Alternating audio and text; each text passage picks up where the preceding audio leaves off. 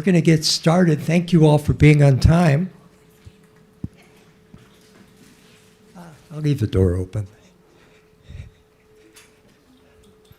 Welcome. It's my pleasure to introduce Daryl Meekins. And the topic is something the reason I volunteered to introduce this session is I'm keenly interested in this diversity by design.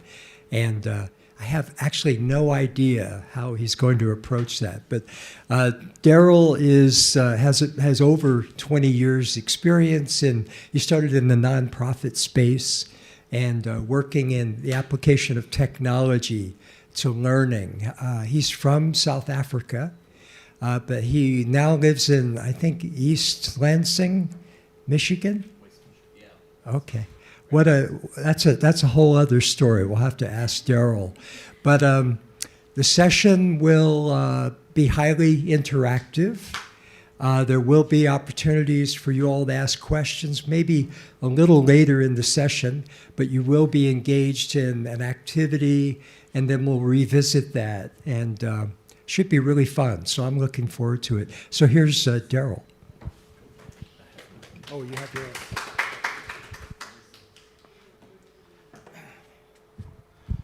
All right, good afternoon. Everyone's sitting kind of closer to the back. That's what I do, so that's okay. This is probably on the sort of algorithm of a conference. This is probably the low dip, right? It's after lunch on the Thursday. So this is when people are like, maybe I should tap out around about now and just hang out. So I'm glad that you're here. I appreciate you being here. My name is Daryl, and I am not part of what many of you are part of.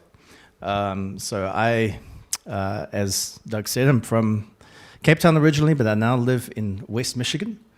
I am the co-founder and CAO of Lightbox Consultants. We are a bespoke consultancy specializing in competency-based, culturally intelligent learning design.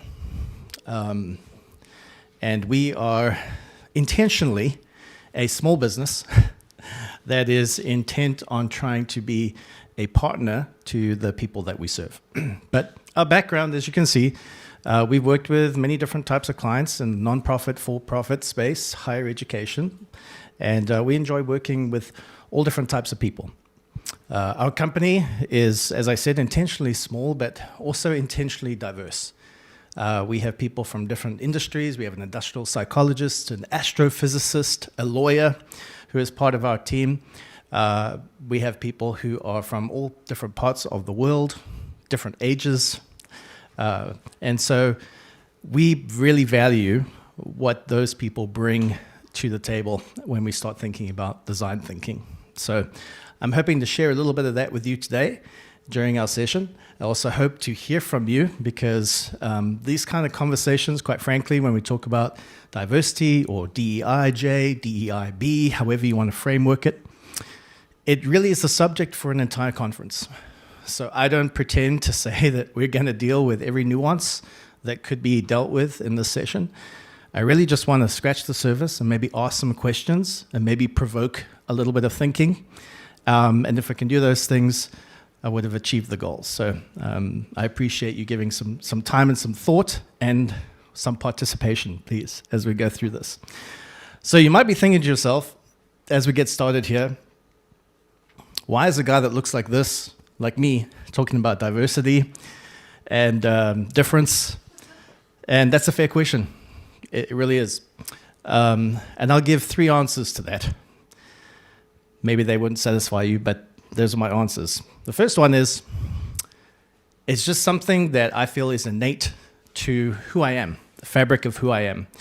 I won't go into too much of my own story, but I come from quite a diverse background myself, was exposed to a lot of varieties of cultures and ways of thinking as a child, and it's just something I've always kind of wondered about and been interested in. Secondly, personally and professionally, I have invested myself in learning more about difference and diversity. For the past 12 years, I've been a CQ, Cultural Intelligence Consultant, as a certified practitioner, helping people around the world think about how they can establish more culturally intelligent paradigms in what they're doing. Personally, I've invested in trying to learn more about my own blind spots and my own areas where I need to work on. Having lived and worked on 4 different continents now, spent a lot of time in India, which, if you want to learn a little bit about your own biases and blind spots, I suggest you spend some time in India. It's a wonderful, fantastic country. I'd move there in a second if I could. But those are some ways I've tried to do that. And thirdly, I'm the I in DEI, and so are you. Diversity, equity, and inclusion. That's what the I stands for. And inclusion means everybody, right? All of us.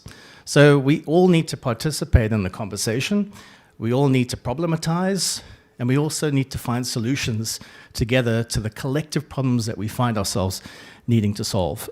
So that's my 3 answers to that question, and I'm happy to discuss it more with you as we go through. But as we get started today, I don't want this to be a monologue.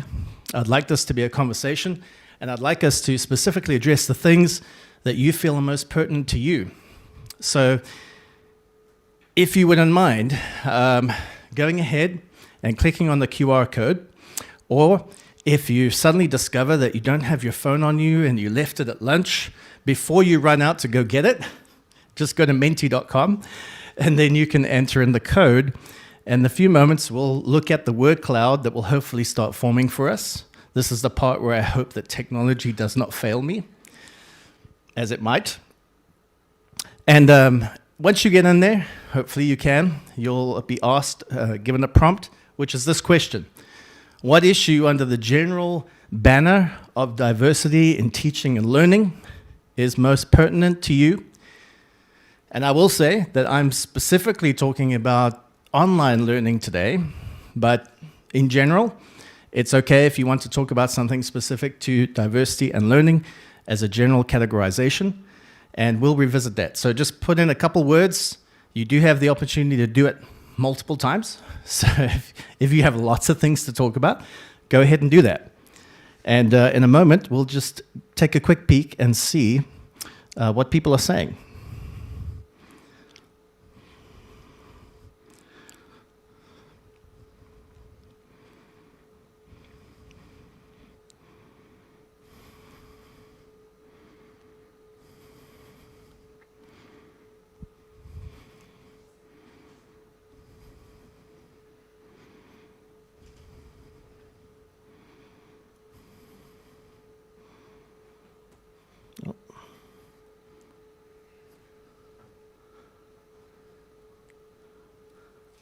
There we go. Got there in the end. All right. Let's see. Access. I see that's a big one. Good.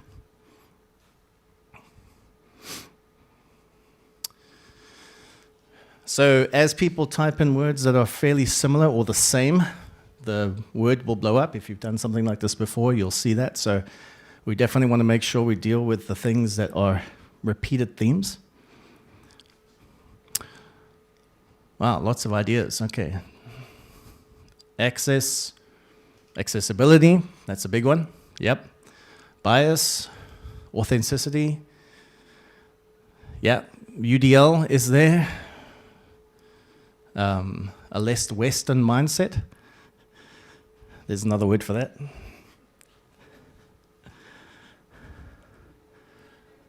Culturally relevant. Okay, these are good. These are great responses. Wow, awesome. There are more responses than there are people in the room. People have lots of things to say. Okay, this is great. So keep at it, because we are going to spend some time at the end just kind of processing through some of these. I won't pretend to have the answer for you, the silver bullet, if there is such a thing, but certainly we'll open the door for our conversation. So that's good. We'll come back to this at the end, I promise.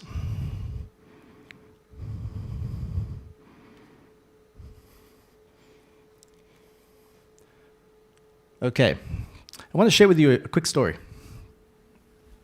call it the McDonald's story. It's about these two guys who live in Malaysia or Indonesia, one of the two, and they really enjoy going to McDonald's. Now, don't judge them. It's only because they didn't know about steers, okay? But they went to McDonald's, and they just love going there. Some countries you might have visited, going to McDonald's is like a big deal. And so they went there all the time, just loved it. But one of the things they noticed when they went to their favorite place, where they felt like they belonged, was all the pictures on the wall of people enjoying their Big Macs. It didn't look like them. And so they decided to do something about it. So they cooked up this plan that they were going to go and pose just like all those people on the posters, eating their Big Mac, having a good time. And someone took a picture of them doing that, and they blew it up into a big poster.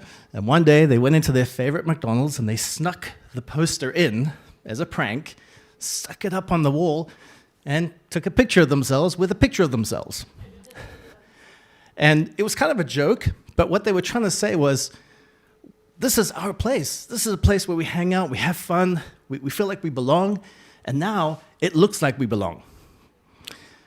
So McDonald's, of course, picked up on that story, and they thought, well, it was a great brand recognition moment, and so they capitalized on that, and that picture became an official picture with the branding and everything on eventually at the end of it. But it's not a story about McDonald's. It's not a story about those two guys, really. It's a story about inclusion and belonging. And so if we picture our online learning spaces much the same way, when people walk into the door, when people come into the room, when they log in, do they feel like they belong? Do they see people that they recognize?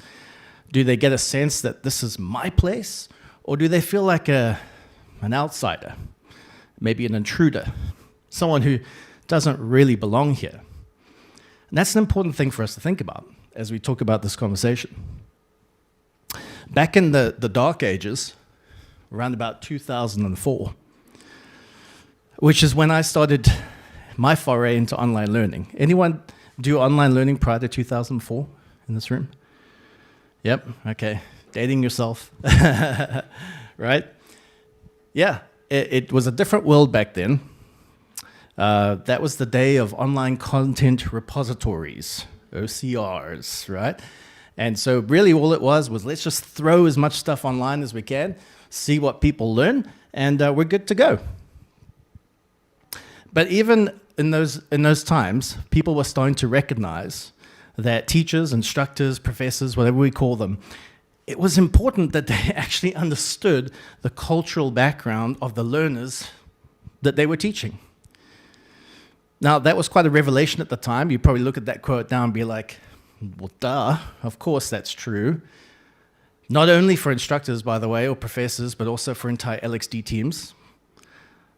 Instructional designers, technologists, understanding things like access, usability, UX, UI, all of that has influence in cultural paradigms.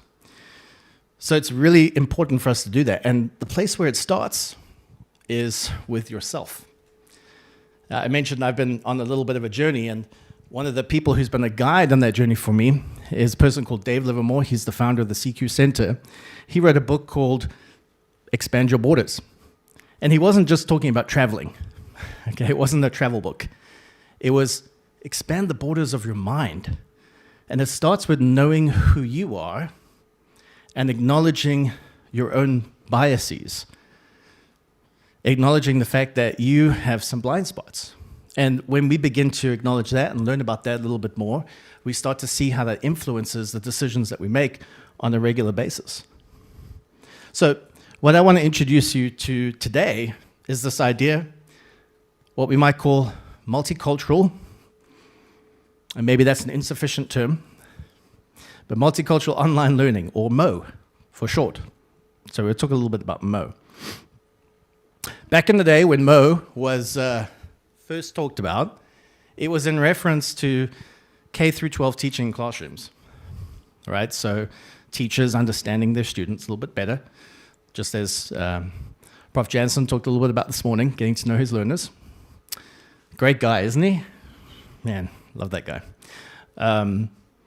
But as we kind of moved and morphed into online learning, It was really thinking about the same idea for teaching and learning. And I would extend that to say it's important that not just teachers, but also entire LXD teams need to respond to the many issues created by rapidly changing demographics and also the types of learners we have coming into our classroom spaces online today. It's very good to talk about scale. I'm a small business owner, and I know what scale means for me, right? But sometimes scale can be lost on the masses. People just become this amorphous group of people, and it becomes a number. Thousands, tens of thousands, hundreds of thousands of people, but they're not the same people. They're different, they have different expectations, different languages, of course, different backgrounds, different knowledge of technology, different expectations of learning and teaching, and to just assume that if we have the best content in the best platform, that's going to equal change, I think it's naive. I think we're missing an ingredient that is really important to that. Part of that ingredient, as I mentioned, is us. We are biased, and as soon as we start saying to people, I'm not biased, I'm not like that, right? Not me. That really is an immediate red flag to say, you're more biased than you think, right? We see it in society all the time. There's all kinds of articles about it. We see it in social media. You know, it's everywhere. It's ubiquitous. And it's important for us to recognize that that's also in our spaces too. Have online faculty, LXD teams, instructional designers, people who are content directors. Have we considered our own blind spots in this space as we think about the other CRT? Because we know what the one CRT is, right? Critical race theory. The other CRT is culturally responsive teaching, or sometimes called CREP, culturally responsive teaching practices. What does that mean? How do we help our faculty and our learning designers think about how to be more inclusive in those environments? I'm going to suggest to you in a few moments one very simple way that we can start that intervention. At the heart of it all, I'm a pragmatist. And sometimes in this conversation about diversity and DEI and equity, whatever term we use in our spaces, and it's not the same term everywhere, people use different terms for it, sometimes it just becomes a philosophy. Most people will nod their heads, smile, and say, yeah, that's really important. We should do that. And then they walk out and do the same thing they did before. Because they're not going to disagree in principle, but the problem is people don't know what to do practically. How do I change something? So I'm going to suggest a very, very simple tool at the end of this that you might already be somewhat familiar with that is a starting point, a jumping off point for the conversation. So bear with me on that. It has been proven scientifically by social scientists that faculty who teach with cultural intelligence are more likely to effectively prepare graduates for the culturally diverse workplace. So all of us in this room will probably imagine a future that is more diverse than the one we live in right now. As geopolitical boundaries continue to change and dissolve, you know, we were just talking a little bit earlier about the fact that you can be a digital nomad. You can live anywhere. Passport doesn't really matter as much anymore, right? Where you're from, it's not as important as where you're going. So as that continues to happen, we're going to have graduates emerge from our programs who need to engage with cultural intelligence. Are we preparing them for that? Not just with subject matter, but how we teach, how we engage, how we include, who we exclude. Those, I think, are key questions. And anyone here involved in AI? Okay, sort of. We're all kind of involved in AI, right? Siri is listening. How do you make your role robot-proof, right? So I love AI, we all do. I think these days we think about what happened pre-ChatGPT and post-GPT, right? In the old days, you know, like 2021, when no one had ChatGPT, what did we do? Those are the sort of questions people are asking. This book, Robot Proof, written by Robert Ayon, who's the president of Northeastern University, which, in full disclosure, I teach at Northeastern University, so he's a good guy.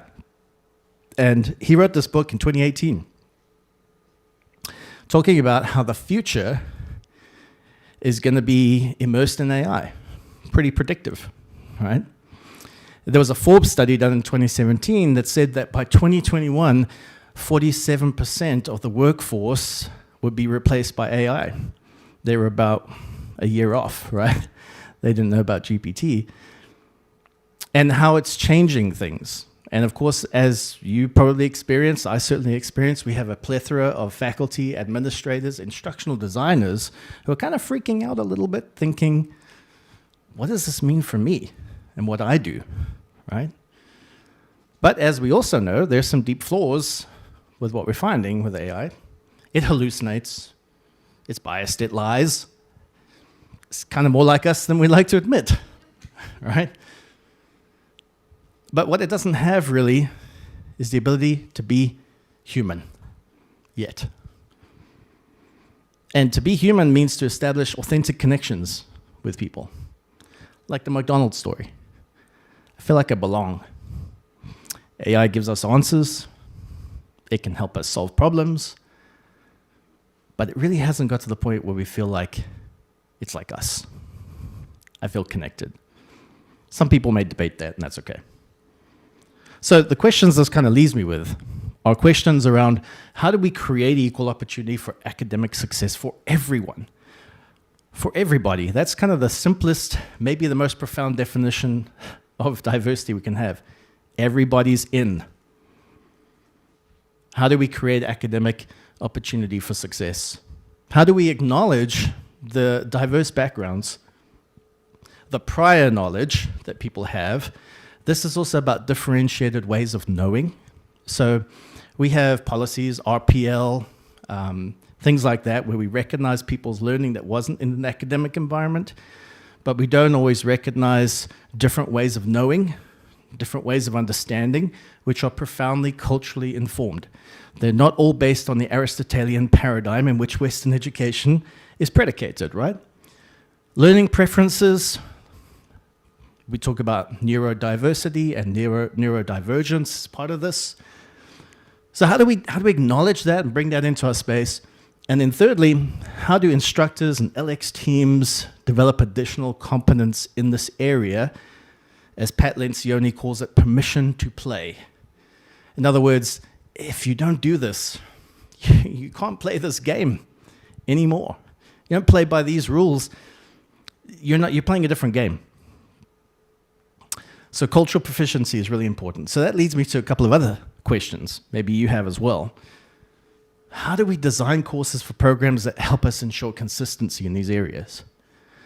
Again, so on a very pragmatic level, a lot of you are involved in designing programs for universities or corporate spaces, or you're teaching, giving instruction in those areas.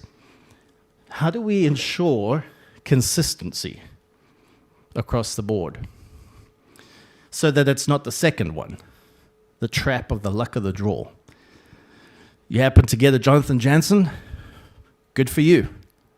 But you get somebody else who maybe doesn't have the cultural proficiencies, or there is some flaw in the design, or who designed the courses or the program. How do we catch those, flag those, deal with those, remediate those? And how can we leverage what we already have in our design arsenal to solve this? And yes, I'll put in at scale. Our business is not a scaled business, by the way, so that's not something we think about a lot of times, but I understand it's important. And I think this last point really for me is the pragmatic side, is we come to conferences like this and we feel inspired. We feel like, man, there's a lot going on out there. This is really cool. It's exciting. And if you're anything like me, then you go back to the real world, your world, and you're like, I don't have those resources. I just have my little team. I have my people, and I don't have any time. I'm busy, I'm doing stuff. So it just gets confined to the shelf. You put the nice workbook, notebook that you have on the shelf, and after a couple of weeks, it starts gathering dust.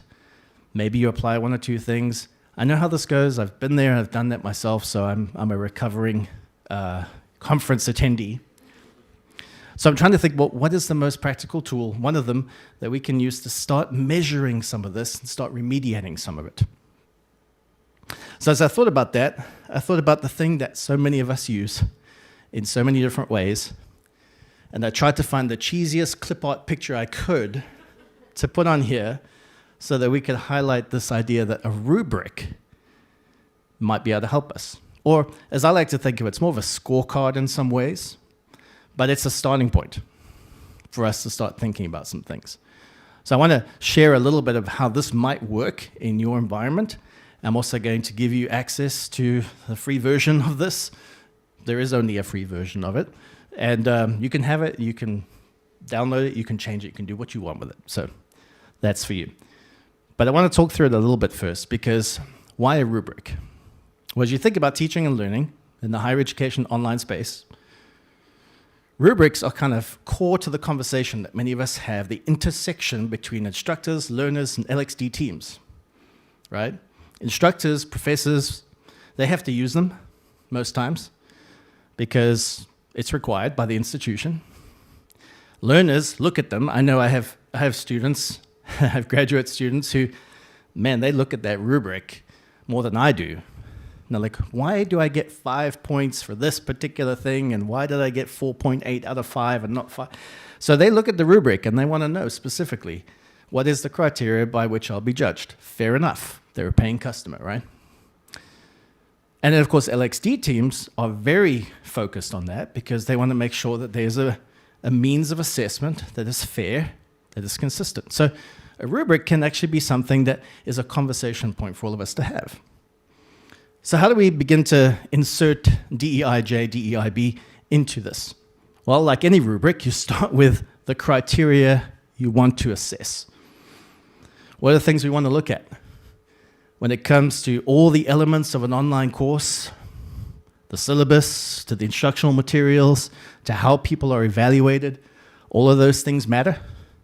Specifically, we want to highlight what are some foci that we have around DEI, or however you define it in your context. Accessibility, which someone mentioned a little bit earlier in our word cloud, that's a key component of that. So you can put in whatever criteria you want, whatever your institution requires, whatever you as a team or an outside third-party resource provider provides, that's okay. Define it.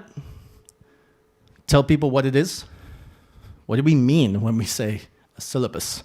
What exactly is that? What do we mean by evaluation? How do we think about evaluation? Is it a final exam that 1,000 UNISA students just used ChatGPT and failed all their exam? I don't know if you saw that, but that's a good use case, right? What do we mean by evaluation, and how does it work? Just define it, and then go a step further.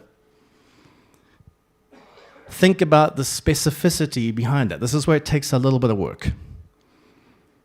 When we start thinking about a simple thing like a course overview and an introduction, how can that be something that is either welcoming or unwelcoming in through a DEI lens?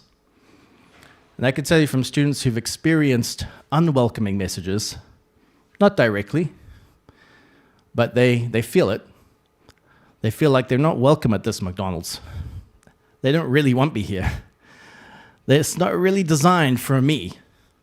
How do we make sure that that's not the case, that we want to open accessibility to a lot of people? So we spell it out. What do we mean by it, right? Instructors themselves are key to that, how they engage with learners right from the very beginning. So you just spell it all out very clearly. And then what I suggest is you build some categorization around that. So with all of those different criteria pieces, it can get a little convoluted, a little complicated. So what we do is we put it into some buckets that would broadly define what each of these elements are. So there's sort of inclusionary buckets, if you like. So DEI, accessibility, course design, learning experience, kind of big buckets to put things in. Now this is where I think it gets interesting and helpful.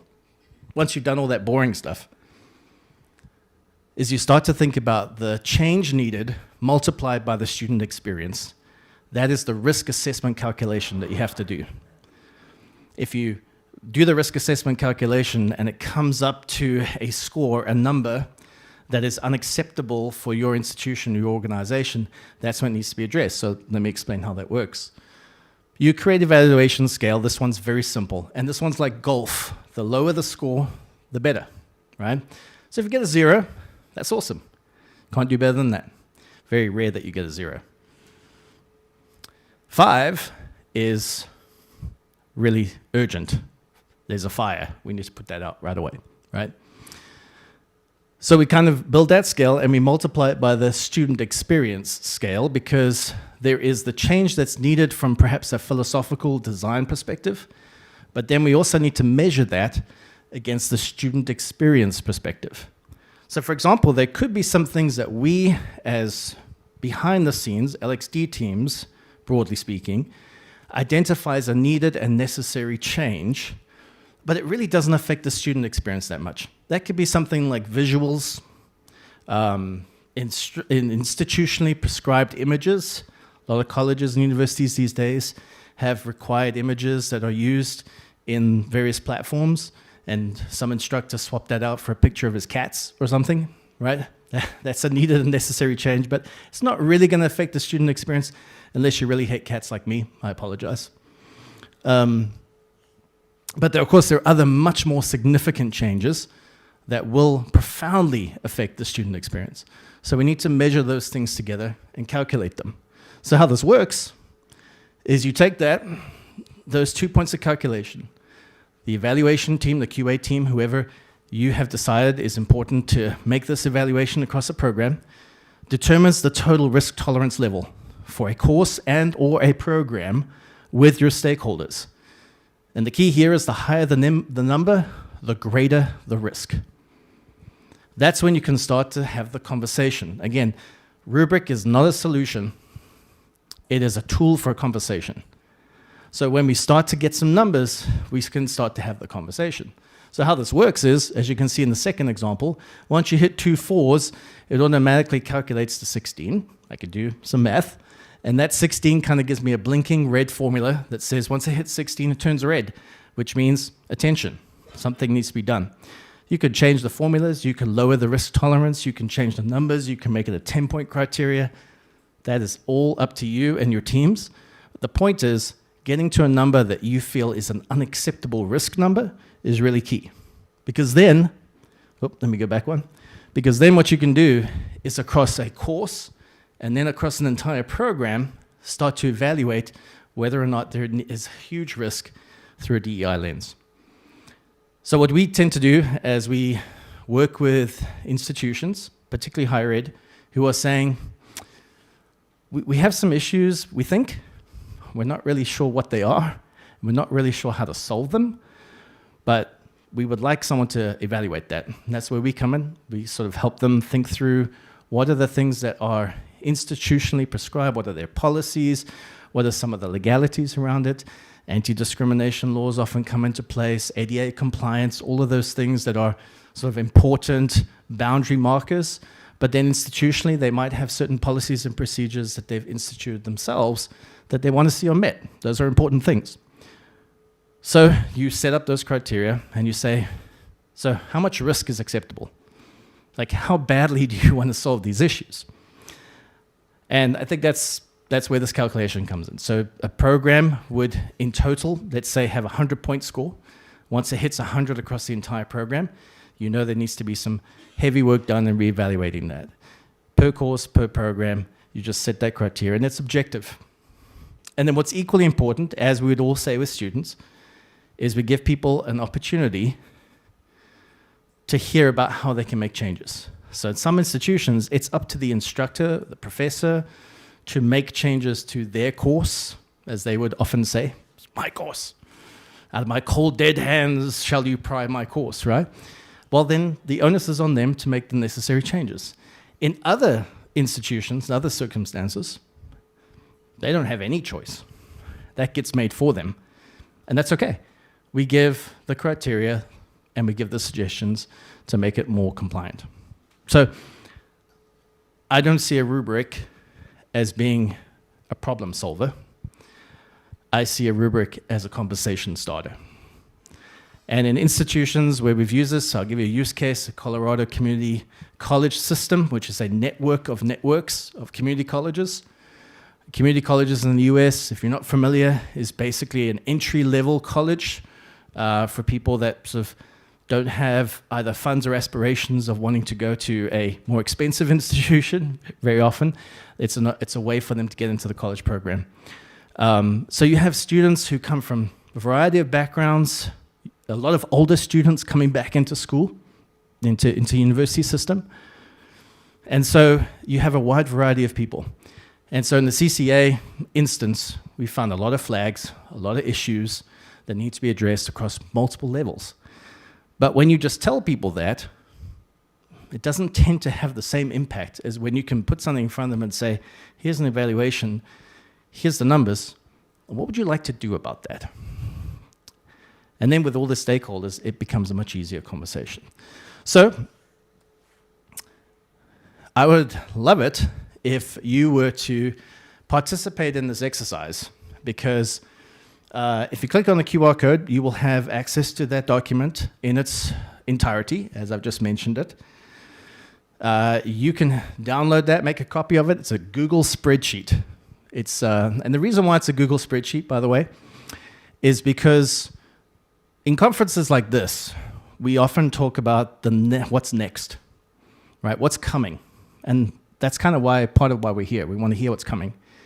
But for a lot of people in their reality, they're dealing with what's now. And what's now for a lot of people is spreadsheets and documents. And we just got policies and procedures. And we can't just change things because somebody said in the next 5 years it's going to be obsolete or whatever. So they kind of work with what they have. So we chose the lowest baseline denominator, and people can take it from there and turn it into an app if you like. That's totally fine, right? You can make it automated, run it through ChatGPT and ask it to give you prompts, like do whatever you want with it. But if you want to just use a Google spreadsheet, there it is. You can change the criteria, you can add, you can delete, you can change the formulas. It's all yours to use. And if you don't want to, that's okay too. So before I wrap up, I want to return back to some of the questions that you had a little bit earlier. Let me see if I can go back there. And would love to hear, it'll take a moment to populate, but it should come back. I would love to hear some of the things that are concerning to you in the 5 or 7 minutes that we have left. And then we'll wrap up from there. So give it a second to show up. Maybe I'll just refresh. But we have a microphone, so there we go. So accessibility, those were 2 highlighted ones. Representation is a big one too. So love to hear from you what you're thinking about that.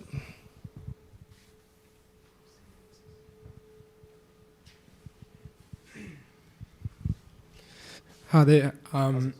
The context one, I kind of just actually spammed myself, so I don't even know if anyone else added it to get it up the top there.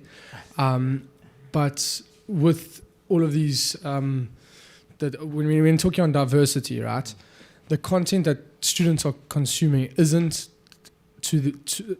towards their context. So on an African level, why are we learning about American economics? That type of story. And basically what I'm alluding to here is what's happening with huge LLMs having little biases. And once it runs out of information to be trained off of, what it produces itself and hallucinates on is going to be even more biased. So we're seeing a society in 10, 15 years where the content being fed to students isn't authentic and out of context. How do you safeguard against that? It's more an observation that I'm making there. Yeah, it's a great observation. And I think I wouldn't even say it's 10, 15 years. I'd say it's now, because we're seeing a worrying trend for me is that we're seeing courses created almost entirely by AI. So we'd be kidding ourselves if we didn't think that learning designers somewhere around the world are not putting everything into GPT, getting a course copy-paste that we're done, right? And so what that leads us with is whatever it's being fed. So I think it's 100% true. And that's part of what we mean when we talk about representation, is who is being represented, who is being left out of the equation. And certainly a whole plethora of not just African scholarship, but having spent a lot of time in India, Indian scholarship, and even Eastern scholarship is being left out of the equation quite substantially, and it is problematic. It's a little bit like social media, where a lot of the algorithms and the control of that content is certainly baked into the cake of the paradigm in which it's coming from, the geolocation. So, yeah, agree.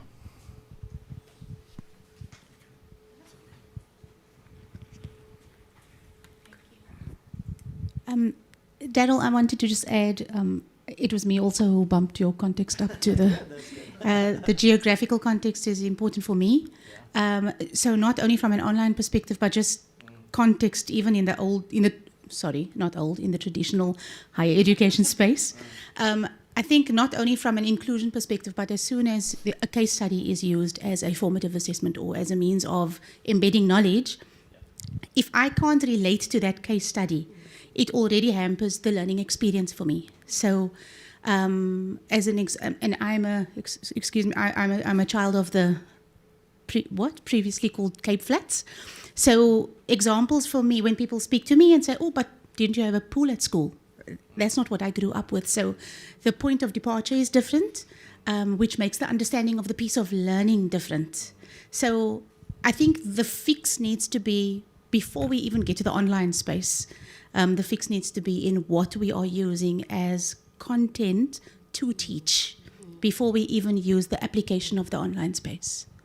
100%, and it's also going back to the whole idea of being culturally proficient as a team. So the more aware you are of those issues that you've just raised, and there's other things like, the names that we would use for examples, the prompts that we might use for questions, like you say about the pool or something else like that. If it's unrelatable to a vast majority of the audience at which we're scaling to, that's problematic, and that's a question of ignorance that a lot of us just inadvertently have. Like, it's not like somebody is trying to exclude by using that, but they are. So it's still a problem, even if you didn't mean to create the problem. And I think that's where the awareness and the bias question comes to the fore. So, yeah, I appreciate that. Yes, sir. Hi, I'm Zebo. So mine wasn't bumped up, so it's not visible. But I'm really curious around girls' education. So what role technology can play, and inclusive design from a teaching and learning point of view. How do we address? So there's a stat by UNESCO that 9.5 million girls in sub-Saharan Africa will never get to attend school. What role can technology and edtech, particularly if we're looking at it from the lens of diversity, equity, inclusion, can we play in how we design and build online learning within our context in sub-Saharan Africa? Yeah, that's a great question, and I wish I had a simple answer for it. I don't think there is a simple one, but I think it includes the things that you've mentioned as well as, buy-in for, I think, matters. So in the global south, majority world, however we want to framework it, there is not as much buy-in for as I think there should be. And I think that in itself would foreground some of the issues that we're talking about here, where people innately know what some of those cultural, political issues are and can call them out in the way in which content is taught. But when it's not buy-in for, when it's sort of a Western sort of transplant to the rest of the world, and that is one of my concerns with the hegemonic control that a lot of edtech companies do have over online learning. I'll just say that. And it is worrying because he who pays the piper calls the tune. Yep. I think we have one more. Yep. Thanks, Daryl. I am with you on pragmatic pieces. So can I ask a question about the rubric that you created? Sure. So, it wasn't just me, by the way. It was us. Sure. Your team. Yeah, absolutely. So one of the things that I'd like to know when you're doing that risk assessment and you've got folks who are scoring the student impact, if I or someone else, I'll speak for myself, if I'm slightly ignorant to how this could impact students, how are you, can you talk a little bit about how you're encouraging people to score that? So if I don't know the impact of, let's say, the lack of alt tags on an image, how can I accurately score that? Do you have numbers that you give people? How do you talk them through that? Are you telling them, this should be done by an expert? I'd just like to know so that we can get those sort of more realistic risk assessment numbers. So it's always very customized because institutions and corporations actually have quite different requirements and standards that they often adhere to. So that's where we start, is we say, what are the things that you already are bound by, whether it's a federal regulation or a law in the country. European Union has a lot of laws about these types of things. That's where we start, and sometimes institutions themselves are ignorant of that. They're like, oh, we had no idea. And so that's where we begin and say, what you have to comply to the WCAG 2.2, whatever that is for accessibility, right? And if somebody is in violation of that, then you just kind of call that out and say, none of these have alt tags. That's problematic, must change. In other cases, we would make suggestions to say, if your value statement is increasing accessibility to all, which is a very common thing, then you say, well, actually, you're in violation of your own value statement because all people can't do this. It's not accessible for screen readers, yada, yada, yada. So that's kind of the conversation that we have before we start scoring anything, is just to say, what do you actually want to see happen? That's a lot easier way for me personally to go back then at a later point, because if you just give people a scorecard and you just see fail, fail, fail, fail, fail, people don't tend to respond to that very well. They almost get defensive. But if you started with saying, this is what you wanted, this is what you asked for, then it's a lot easier. The people who actually do the evaluation, it does vary. So sometimes it's a QA professional who actually knows these things. Other times it's lead faculty who've been around a while. Sometimes it's LX directors. So it does vary. Yeah. I think we're out of time. So I'm happy to stick around if you'd like to have a chat. Love it if you wanted to connect on LinkedIn. So that'd be awesome. I'd love to connect with you and have some cards up here as well. If you're old-fashioned but like a piece of paper, please take a card. Happy to connect with you anytime. Please look us up. We're based, as I said earlier, in Grand Rapids, Michigan. But we have people all across Africa we work with. Our team is really diverse by intention. So I traded Jacob for Joe back in the day. It's not going well. But yeah, so thankful to be here. Thanks for listening. Thank you to Daryl. Lightbox Consultants is the name of the company that he founded. So thank you very much.